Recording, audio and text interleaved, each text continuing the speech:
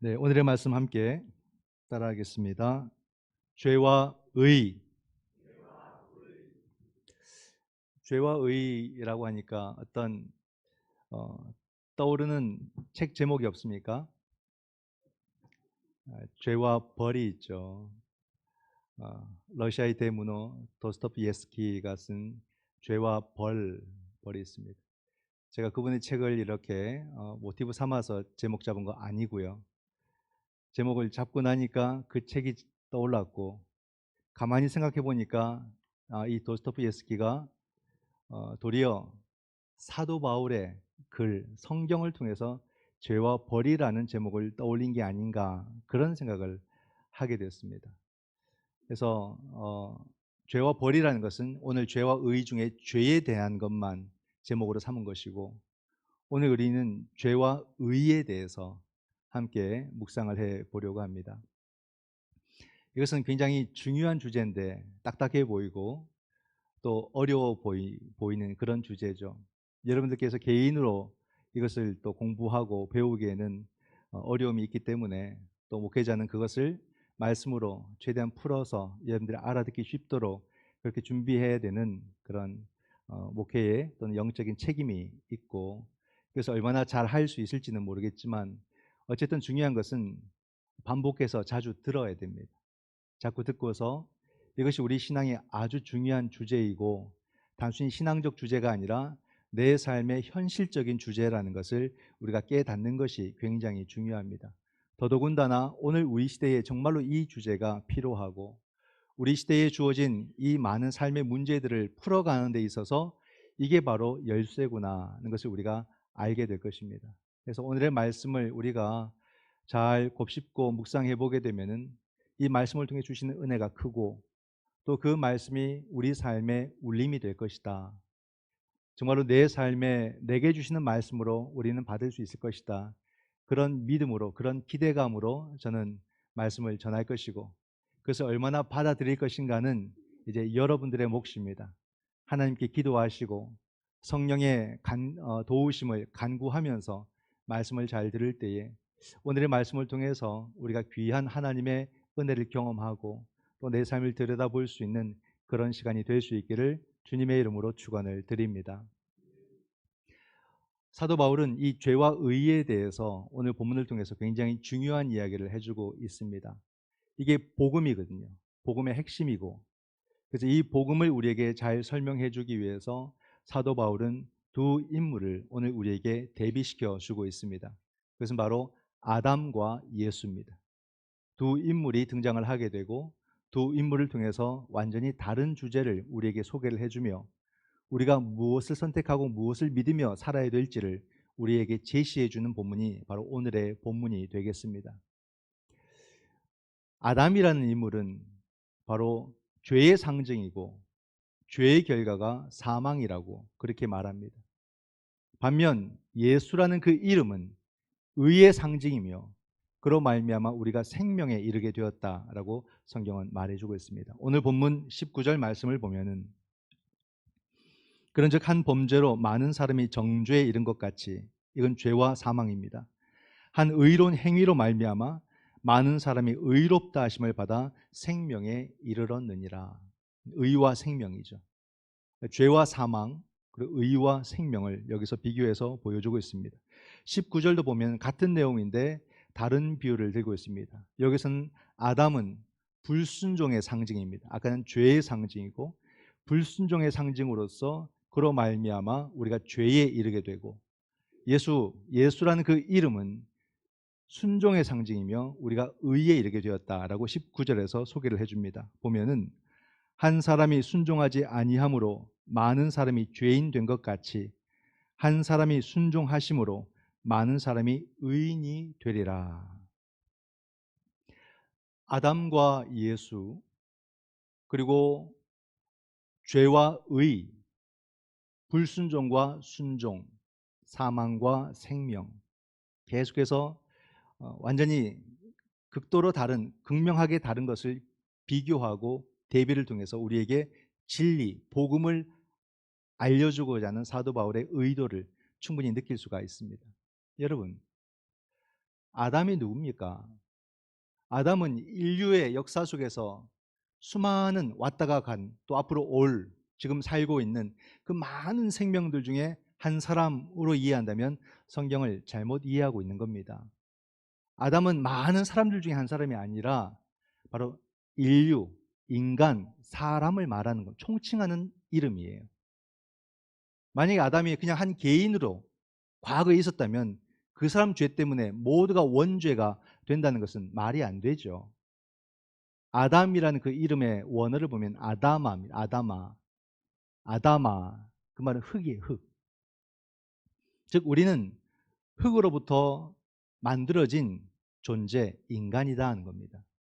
그래서 아담의 이야기는 인간의 이야기를 말하는 거예요. 나와 무관하다. 왜 이 말씀을 드리냐면 똑똑한 사람들 중에는 왜 아담이 죄를 짓고 내가 죄인이 되냐고, 나는 그 이론 때문에, 그 이야기 때문에 나는 예수를 못 믿겠다라고 말하는 사람들이 의외로 많더라 이 말입니다.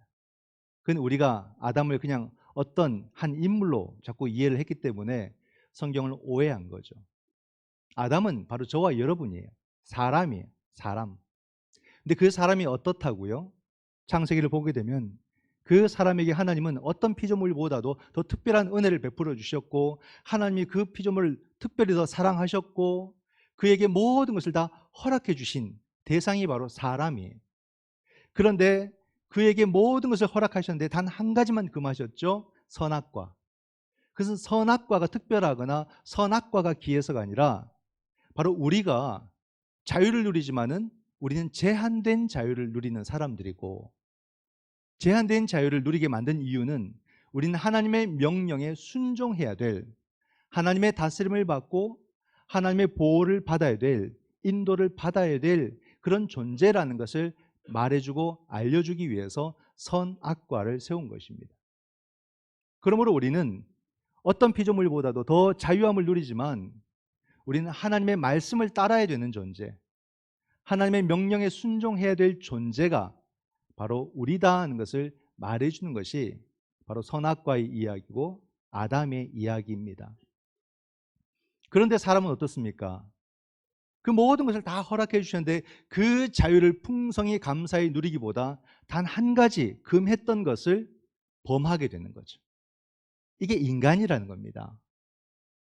즉 인간에게는 어떤 마음이 있냐면 내게 허락된 모든 것은 이제 당연한 것으로 여기게 되며 한 가지 금한 것, 그것을 내가 성취함으로써 하나님과 같아지기를 원하는 게 인간의 본성이라 이 말이에요. 우리의 마음속에는 뭐가 있냐면 하나님과 같아지고 싶은 마음이 있습니다, 여러분. 우리가 전지전능한 그런 삶을 살고 싶은 것이 우리들의 본능이에요. 이걸 원죄라고 합니다. 자꾸자꾸 우리가 하나님의 영역을 침범하고 하나님의 다스림을 거역하고 자기 어떤 자기 중심적인 삶을 살고자 하는 것이 우리들의 본성이고, 이것이 바로 원죄더라. 우리가 그렇게 여러분 연약하고 악합니다. 우리가 평상시엔 다 괜찮아 보이지만 우리 속에는 이런 마음이 늘 있기 때문에 왜 우리가 늘 거룩한 날을 지켜야 되고 왜 주의 말씀을 묵상해야 되고 왜 기도해야 되느냐, 바로 이러한 마음은 언제든지 나올 수 있기 때문에, 이러한 마음이 언제든지 나를 지배해버릴 수 있기 때문에 우리가 끊임없이 겸손해야 되는 이유, 끊임없이 주께로 나와야 되는 이유, 끊임없이 그 말씀 앞에 무릎을 꿇어야 되는 이유가 거기에 있는 거예요. 우리가 언제든지 어떤 상황에 놓이게 되면은 내게서 없었던 또는 알지 못했던 그런 모습이 나올 수 있습니다. 다 겉보기에는 선해 보이고 아름다워 보여요. 그러나 우리가 한 번씩 돌변할 때가 있죠. 내게도 이런 모습이 있구나 할 때가 느껴질 겁니다. 그보다 훨씬 더 심한 것이 내 안에 있다 아셔야 됩니다. 그러므로 우리가 왜 하나님의 은혜를 받아야 되는지, 왜 성령의 다스림을 받아야 되는지 우린 충분히 알 수가 있어요. 그러므로 우리가 늘 주의 말씀에 배움을 받고 그 말씀의 인도함을 받는 것이 너무나도 소중하다. 그래서 사도 바울은 아담으로 인해서 우리에게 주어진 것이 사망이다 이렇게 말합니다.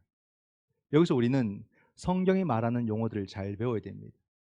성경이 말하는 죄와 사망은 우리가 사회 속에서 경험하는 죄와 사망과는 다른 것이에요.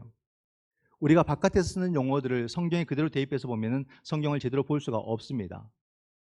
우리가 세상의 가치로 성경을 볼 때는 성경을 제대로 이해해낼 수가 없습니다. 성경은 성경의 언어가 있고 성경의 시각이 있고 성경의 의미가 담겨져 있는 거예요.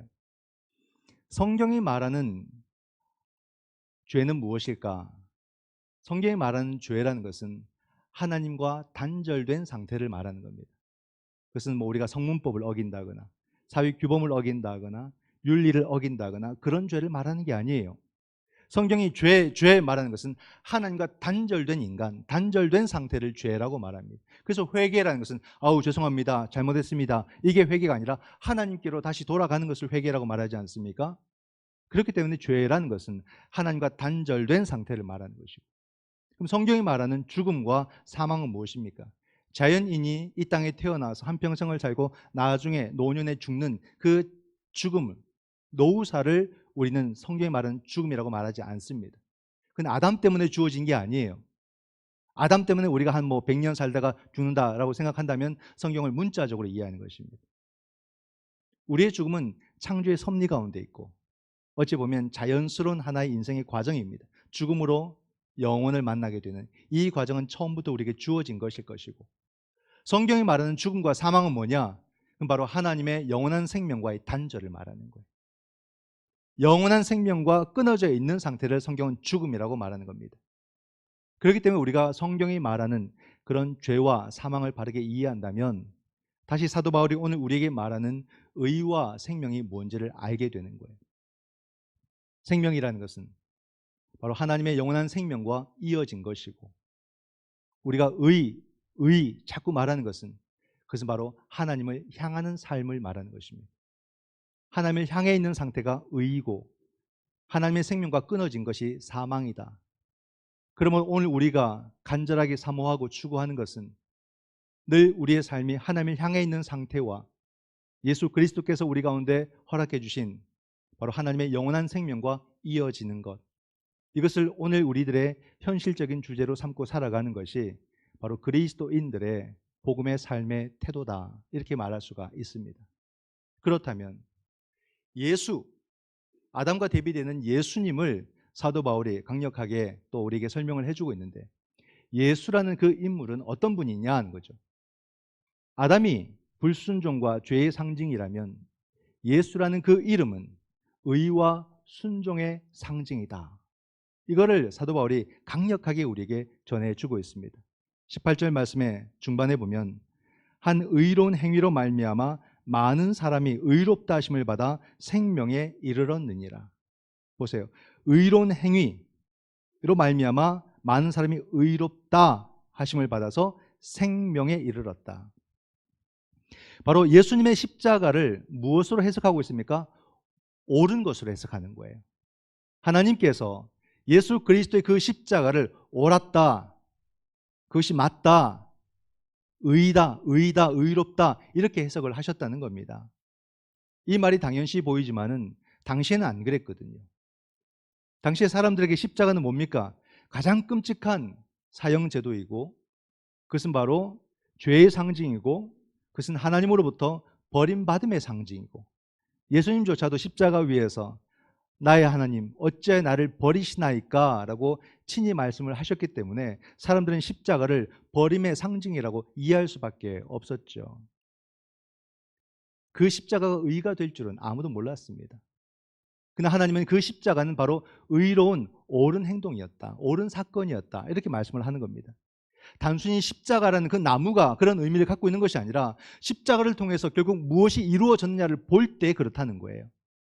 그 십자가를 지나갈 때에 모든 생명이 살아나는 역사를 볼 때에 십자가는 옳았다, 이렇게 보는 겁니다. 십자가라고 하는 문자적 의미가 아니라 그 십자가의 의미와 상징이 옳았다는 거예요. 어느 누구도 십자가를 통해서 의라는 단어를 발견할 줄은 아무도 몰랐어요. 십자가는 오직 죄라는 단어만 있는 줄 알았어요. 이 당시의 사람들은 의라는 단어를 어디서 찾았냐면 율법에서 찾았어요.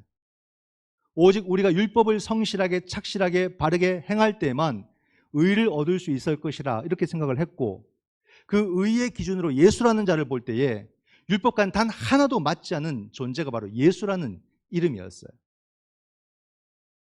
늘 안식일을 어기고 예루살렘 성전의 권위를 늘 실추시키고 심지어는 자신을 하나님의 아들이라 신성 모독까지 했던 분이 예수라는 한 젊은이. 도무지 그의 삶을, 그의 행위를, 그의 말을 받아들일 만한 게 없는 겁니다. 의로운 게 없는 거예요. 그러나 사도 바울은 그 예수를 의롭다, 의다 이렇게 해석을 하는 거죠. 사도 바울이 처음부터 위대했을까요? 아니에요. 그는 사울일 때 누구보다도 율법의 시각으로 예수를 보았고 도무지 그를 받아들일 수 없었고 그를 믿는 자들마저도 죽이고 가두고 그런 마음이 들끓었던 사람이 사울 아닙니까?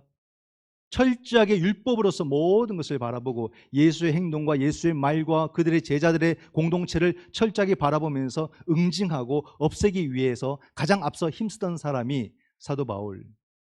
그냥 단순히 바울이 악한 사람을 보실 것이 아니라 바울은 의가 뭔지를 누구보다 더 고민했다 이 말이에요.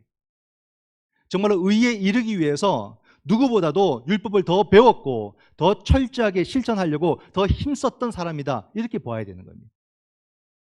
그 율법의 의를 이루고자 그 피가 끓는 마음으로 다메섹을 향했던 것이고 그러나 그 율법을 통해서는 의를 얻을 수 없다는 것을 결국 그 마음에도 갈등이 있었던 겁니다.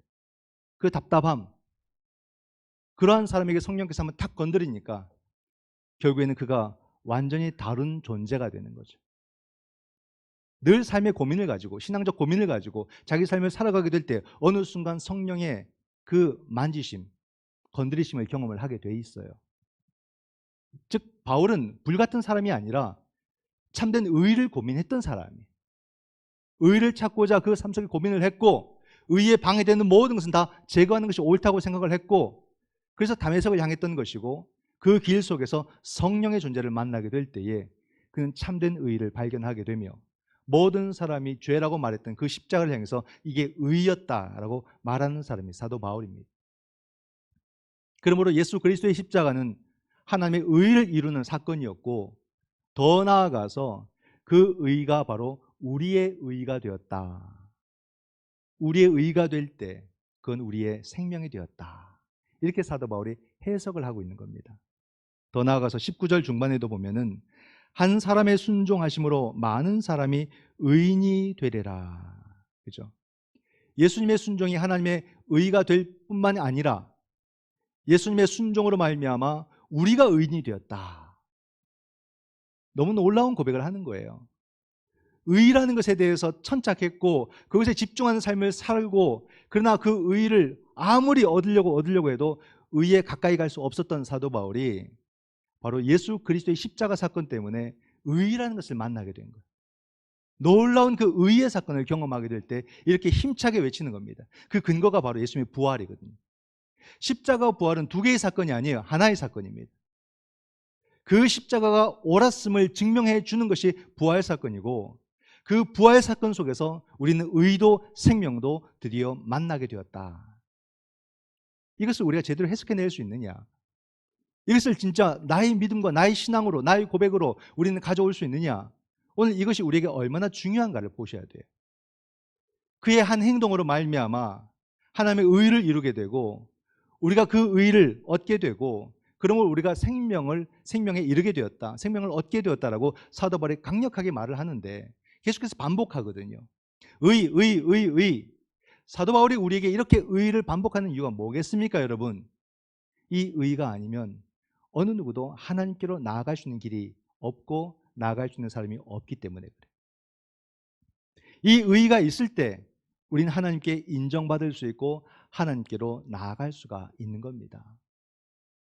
이 의는 무엇을 말하냐면 그 뿌리 깊은 율법의 세계를 깨트리는 사건이거든요. 율법주의 아닙니까? 그 사회 얼마나 율법이 강했으면 그 소수의 사람들이 자기가 세상의 중심이고 나머지는 다 이방인 취급을 해버릴 정도로 그 자긍심과 자부심이 어디서 나옵니까? 율법에서 나왔거든요. 그 율법을 깨트리는 사건이었던 거예요. 이건 어마어마한 사건이거든요. 바리새인과 서기관들은 오직 율법을 통해서만 의가 이루어진다고 철떡같이 믿었고 그것을 이루기 위해서 얼마나 고군분투 애쓰며 살았습니까? 율법이 총 613개입니다. 그것을 이루는 것이 의를 이루는 것이라고 믿었고 그 삶에 집중하고 또 집중을 했지만 참 희한하게도 한 사람도 빠짐없이 율법에 집중하면 집중할수록 율법의 노예가 되는 거예요. 율법의 늪에 빠지는 겁니다. 왜냐하면 이미 우리의 본성을 우린 착각한 거예요. 내가 율법을 완벽하게 다 이행할 수 있고 이뤄낼 수 있다고 스스로 착각하는 겁니다. 우리의 본성이 죄인이잖아요. 그 죄인이 그 율법을 완벽하게 이룰 수 있다? 이미 출발부터 틀린 겁니다. 그러니까 율법을 행하면 행할수록 자꾸 뭔가 늪에 빠지는 거예요. 그러면서 알게 되는 것이 아, 나는 율법을 못 행하는 사람이구나. 나는 죄인이구나. 그래서 율법을 행하면 행할수록 죄책감만 커지는 겁니다. 그런 세계를 경험하게 된 거죠. 이러한 가운데서 사도 바울이 결국 뭘 말하는 겁니까? 율법으로 말미암는 의가 아니라 완전히 새로운 의를 우리에게 소개해 주는 것. 완전히 율법의 세계에 폭탄을 던지는 것과 마찬가지입니다. 새로운 의를 탁 역사의 무대 위에 딱 올려놓는 거죠, 사도 바울이. 그게 뭐냐면 율법이라는 것은 우리가 의라는 것은 율법을 철저하게 행함으로써 이룰 수 있는 것이 아니라 하나님께로부터 은혜로만 받아야 된다는 거예요. 하나님이 우리에게 주신 선물이다. 이렇게 사도 바울이 외친 겁니다. 여러분 이 말을 가볍게 생각하지 마세요. 지금 감동이 없으신 것 같은데 한번 생각해 보세요. 이건 내가 율법을 열심히 행하면 어떻게든 내가 의를 이룰 수 있는데 그런 수고하지 말고 그냥 내가 의를 줄게 이렇게 주는 선물이 아니다 이 말이에요. 이건 어느 누구도 불가능한 이룰 수 없는 다다를 수 없고 가질 수 없는 의이기 때문에 하나님이 선물로밖에 줄 방법이 없는 거예요. 거저 줄 수밖에 없는 그 방법으로만 우리는 의를 획득할 수 있고 그 의로 말미암아 생명에 이룰 수 있기 때문이다. 그래서 의가 주어졌다는 거예요. 노력을 누구보다도 많이 했어요. 목숨을 걸었어요. 삶을 실존을 걸었어요. 그러나 의에 이룰 수 없었어요. 그냥 사람을 죽이는 삶만 살았던 거죠. 사울이. 근데 결국 그 의가 예수 그리스도로 말미암는 성령의 역사 속에 자기에게 임하는 것을 경험하게 될 때 자기가 얼마나 교만했던가를 알게 되고 정말로 그 의가 은총으로 선물로 주어질 때 자기가 겸손해질 수밖에 없다는 것을 알게 되는 거예요. 우리 이렇게 꼬꾸라질 수 있느냐는 거죠. 이런 꼬꾸라지는 체험을 했느냐 이 말입니다. 비유를 든다면 수영 못하는 사람이 물 위에 뜨는 방법이 뭘까요? 수영 못하는 사람 물에 빠지면요 막 그냥 그대로 들어가 버려요. 허우적거리면서 더 들어갑니다. 그것도 망망대해라고 생각해 보세요. 수영 잘하는 사람도 조금 더 갈 뿐이지 결국 다 그 물에 빠져 죽습니다. 그러나 그가 배 위에 있다면 그 물과 분리가 되는 것이고 그 물 위에 떠 있을 수 있고 지나갈 수가 있는 거죠. 바로 예수 그리스도의 의가 그런 거라는 거죠. 죄의 바다 위에서 우리가 그 바다에 빠지지 않도록 그 의의 배 위에 우리를 실으시고 그 길을 지나가신다는 겁니다. 이게 바로 거저받은 은총이고 거저받은 선물이에요. 하나님의 의가 우리에게 이런 식으로 주어졌다는 겁니다.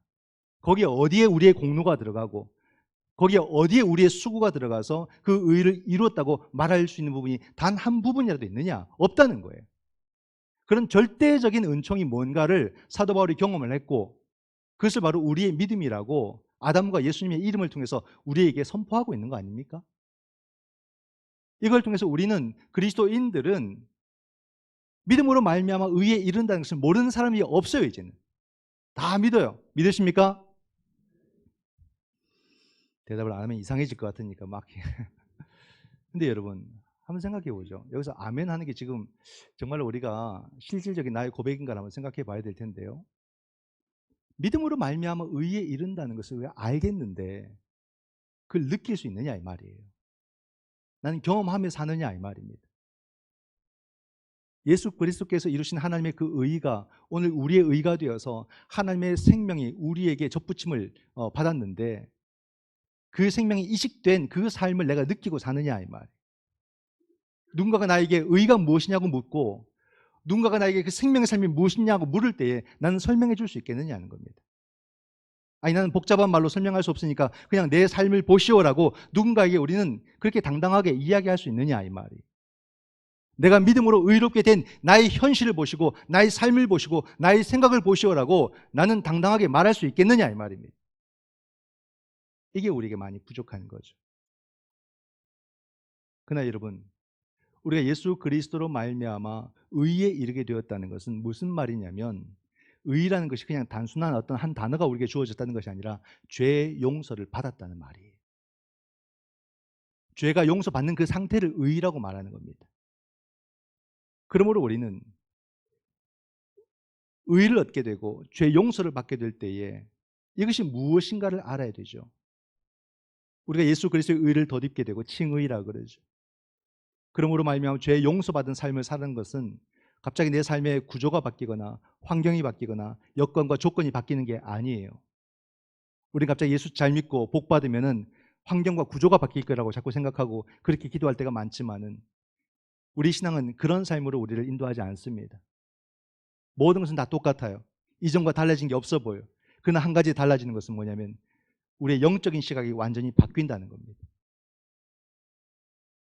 그 의와 그 생명이 우리 가운데 함께하게 될 때 이제는 내 삶이 드디어 보이기 시작하는 거죠. 그리고 내 삶에 일어나는 그 모든 것들은 다 하나님의 은혜의 사건이라는 것을 알게 되는 거예요. 우린 좋은 것만 은혜라고 생각하고 좋은 것만 복이라고 생각하죠. 근데 인생이 그렇습니까? 좋은 것은 강우에 콩나듯 하나씩이고 늘 긴장과 두려움과 염려와 걱정이 우리 삶 속에 얼마나 많습니까? 막 그런 파도가 밀려오는 걸 보면 지레 겁먹게 되고 뒤로 넘어지는 것이 우리들의 모습이죠. 그러나 하나님의 생명이 이식되고 예수 그리스도의 의를 덧입게 될 때에 그 모든 것들이 다 하나님의 은혜의 이야기인 것을 알게 되는 거예요. 그 파도가 나를 삼켜 넘어지게 하는 것이 아니라 나를 복되게 하는 하나님의 은혜의 파도라는 것을 알게 되는 거죠. 삶을 보는 시각과 삶을 대하는 태도가 완전히 달라지는 거예요. 이런 삶을 말하는 거예요. 좋은 것만 복이라고 생각할 때 그 삶은 얼마나 여러분 쪼그라들겠습니까? 좋은 게 얼마나 된다고. 그러나 모든 것이 하나님의 은혜라는 것을 보게 될 때 그 삶이 얼마나 당당해지겠습니까? 그 모든 삶을 통해서 자신감을 가지고 정말로 무엇이 생명인지 무엇이 소망인지를 온전히 바라보고 사는 것이 얼마나 복된 인생인가. 내게 주어진 이 힘든 시간조차도 하나님께서 나를 또 새롭게 만들어 가실 시간이라는 것을 보게 될 때 그 시간이 힘들 수는 있어도 두렵지는 않습니다. 그 시간을 지나면 얼마나 멋있는 그리스도인으로 내가 다시 정금처럼 나올지를 이미 알기 때문에 기대하는 거죠. 우리의 믿음의 삶은 항상 이런 믿음의 도전이 같이 주어지는 거예요. 좋은 것만 많아질 것이라는 생각을 하면 안 됩니다. 모든 것을 바라보는 시각이 달라지는 거고, 아, 이 시간 속에서도 하나님의 놀라운 구원의 역사가 일어나고 있구나, 이걸 보는 거죠. 여러분, 왜 오늘 우리는 죄와 의라는 이 어려운 주제를 다루게 됩니까? 이것이 왜 우리가 얼마나 중요한가, 우리의 현실이 무엇인가를 이 두 단어를 충분히 볼 수 있는 거예요. 오늘 우리의 정치, 오늘 우리의 세계가 엉망진창이죠. 정치도 혼란하기 짝이 없고 말하고 싶지도 않고, 세계도 전쟁에 질병에 재난에 난리도 아닙니다. 이게 다 뭘 말합니까? 우리의 본성이 죄라는 걸 보여주는 거예요. 이게 갑자기 다 나타납니까? 다 우리가 만들어낸 결과물들이에요. 결과물들. 우리는 스스로 산다면 죄로 갈 수밖에 없는 존재들, 그 죄의 바다에서 절대 스스로 헤어나올 수 없는 존재, 그러므로 생각하는 것도 죄고 나가는 것도 죄고 결국 지혜롭게 뭔가를 선택하는 것도 다 죄인 거죠. 죄. 그게 우리가 겨우 할 수 있는 행동들. 그러면 그게 결국 우리 시대와 우리 세계를 암울하게 만드는 근본적인 그런 일이 될까? 또 그게 아니라는 거예요. 그러한 가운데서도 우리가 무엇을 알 수 있냐면 여전히 생명의 역사를 이루고 계신 하나님의 그 섭리와 구원의 손길을 우리가 느낄 수 있다는 거죠. 여전히 이 지구는 돌아가고 있고 겨울이 지나니까 또 봄의 기운들이 나와서 곳곳에서 생명의 그 힘들이 돋는 것을 우리는 봅니다. 바람이 불면 막 생명이 땅에서 나와요. 햇빛이 쬐니까 막 생명이 다 살아납니다. 아, 이런 놀라운 현상들을 가만히 볼 때 이게 뭐냐면 지금도 생명의 섭리와 생명의 역사를 한창 이루고 계신 하나님의 손길을 느끼는 거예요. 우리는 끊임없이 죄를 만들어가지만 하나님은 그 모든 것을 다시 살려내는 생명을 끊임없이 만들고 계시다는 거예요. 그 생명의 손길과 그 생명의 섭리가 있기 때문에 이 죄인들이 죽지 않고 그대로 살아가고 있다 이 말입니다. 하나님은 이 죄된 세상 속에 끊임없이 생명의 호흡을 공급해 주고 계시는 거죠. 그럴 때 우리가 무엇을 기대할 수 있냐면, 답이 없는 우리 정치에도 하나님께서 생명의 빛을 비춰주시겠구나. 이 세계 역사 속에서도 정말로 죄를 만들어갈 수밖에 없는 이 역사와 이 세계 가운데서도 하나님의 생명의 바람이 계속해서 불므로써 결국에는 살려내시겠구나. 그 기대를 할 수 있는 것이고, 그것을 알 수 있다면 내가 어떤 삶을 살아야 될지도 우리는 알게 되는 거예요. 더 이상 생명을 괴롭히고 생명을 아프게 하고 생명의 것을 빼앗는 삶의 태도가 아니라 한 생명이라도 살려내는 삶의 태도를 선택하고 살아가게 된다 이 말입니다. 이 죄와 의의 주제가 얼마나 우리의 삶의 본질이 되고 얼마나 우리의 삶을 바꿀 수 있는지 한번 생각해 보세요, 여러분. 이 의라는 것을 은총으로 경험하게 되고 이 의라는 것을 내 신앙의 주제로 고백하고 살아가는 사람이 얼마나 달라진 삶을 살게 될지 한번 기대해 보시라 이 말입니다. 세계 역사뿐입니까? 우리 개인에게도 얼마나 다양한 주제들이 있습니까? 근데 그 주제들은 밝고 좋은 것보다는 아프고 무거운 주제들이 많을 거예요. 갑자기 큰 병에 걸려서 정말로 가슴이 쪼그라드는 그런 엄청난 일들을 경험해서 큰 수술을 해야 되고 또는 수술을 했거나 삶이 무너지는 것을 경험하고 오랫도록 몸이 건강하지 못해서 삶이 다 쪼그라든 그런 모습도 있을 것이고, 가정사의 문제로 내 자녀들의 문제 때문에 늘 한평생 기도거리가 되어서 늘 힘들어하는 그런 가정들도 있을 것이고, 또 관계의 문제가 어려워져서 그 하나하나 풀기가 얼마나 힘들고 어려운지, 또는 실질적인 그 가난 때문에 한 번도 내 삶에는 볕이 들 날이 없구나 하면서 그 가난의 고통, 가난의 무게를 견디고 살아가는 사람도 얼마나 많겠습니까? 우리 각자는 삶의 아픔들을 다 안고 살아가요. 어느 누구도 없는 사람 없을 겁니다. 다 있어요. 그러니 우리는 어떤 신앙을 가져야 됩니까? 바로 예수 그리스도의 의를 붙잡을 수밖에 없다 이 말이에요. 하나님의 생명을 외치면서 그 생명을 붙잡을 수밖에 없고 그 생명에 의지할 수밖에 없다 이 말입니다. 답은 거기에 있는 거예요. 내가 무언가를 더 해서 이 문제를 극복할 만한 그런 힘과 능은 내게 없는 것이고, 오직 우리는 바로 그 의를 바라보며 하나님의 생명을 붙잡는 것, 이것이 바로 우리의 삶을 새롭게 살아가고 도전하는 길이다. 여러분, 이 사순절이 우리에게 어떤 은혜를 줍니까? 이 사순절은 그 삶의 무거운 아픈 짐을 진 우리에게 주님의 위로가 함께하는 절기고요. 너무 두려워하지 말고 겁먹지 마라. 도리어 그 순간에 이 사순절에 예수 그리스도의 의와 생명을 외쳐라. 이것은 앞으로 이룰 것이 아니라 이미 십자가와 부활을 통해 이루어진 일이고, 그것을 부르짖는 자에게는 언제든지 주께서 주님의 의와 생명을 공급해 주실 줄 믿으시기 바랍니다. 이미 보여주셨어요. 이미 역사의 한 중심에서 그 십자가와 부활의 사건을 친히 보여주셨어요. 그러므로 그 의는 어디 딴 데 있는 것이 아니라 내가 주님의 이름을 부르는 그 순간 우리의 삶 속에 그 의와 생명이 함께할 것이고, 앞으로 여러분의 모든 삶 속에도 하나님의 생명이 충만하게 될 줄 믿습니다. 이 믿음으로 우리에게 주어진 모든 삶의 책임도 온전히 감당해 가시는 예수 그리스도의 제자가 다 되시기를 주님의 이름으로 축원드립니다. 기도하겠습니다.